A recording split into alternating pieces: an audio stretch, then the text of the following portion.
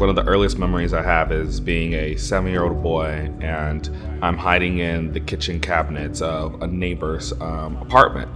And me and my siblings were being hid there because the police was there along with the social worker, and it was a removal. So this was the second time I had come into foster care as a 7-year-old.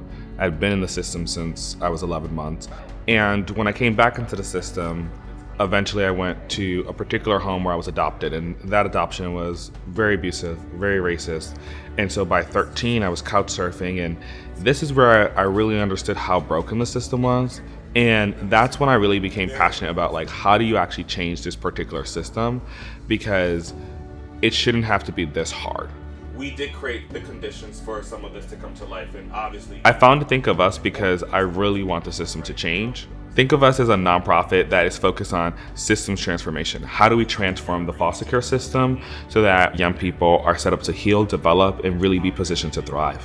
There's so many people who are trying to solve this problem of what happens in child welfare, what happens in foster care. We know that, like, to be a really good problem solver, that you have to understand the nuance of what you're trying to solve. And without that deep understanding, you're probably going to solve to the wrong part of the problem. And who else knows the problem best than the people who are actually experiencing it? And so to get to the truth, we have to actually talk to people and understand what people's stories are, what their narrative are, and then be able to say collectively, we see what's broken across many different stories. And so I think that there needs to be some real understanding around what is actually the problem that we're solving to. Sometimes a really hard problem is solved with, like, really simple solutions. And so, like, we just text thousands of young people with a link, and here's a form, and, like, tell us what's happening in your life. Tell us what are some of your biggest needs. And then we collect and aggregate that. And then the next thing you know, we have 30,000 young people across the country telling us these same things that are happening in their communities, from all different types of community, whether it be urban, rural, or so forth. And that tells us what systemically is broken and what constitutes a national intervention. Recently, we had a report called Away from Home, and it was on a mission to understand what are the experiences of young people in group homes. And young people told us so much about themselves, about their situation, about the pain points. They did it through interviews, they did it through art, they did it through being able to write songs and raps that told us their collective experience in these places. And when we looked across all of those things, we saw these trends, and we were able to report on those trends.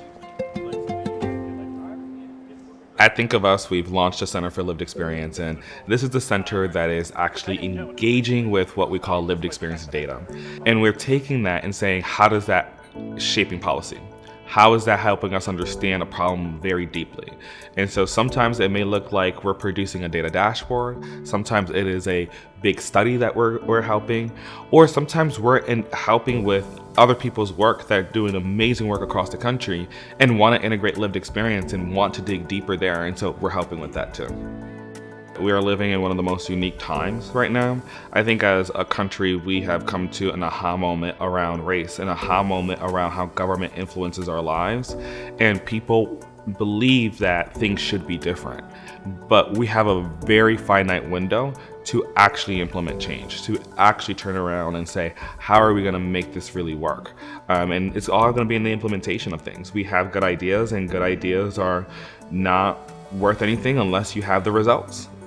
The reality is that all of us as humans, we get through our toughest and most painful moments because we have our peoples with us. We have people who love and care for us and show up. And so when I think about what happens to those of us who age out, is that those connections have been separated from us. Young people who don't have those connections, that those are when very bad things happen. And so I don't think this is rocket science. Young people need family, young people need connection, and they need to be loved. And that's just not what a system does.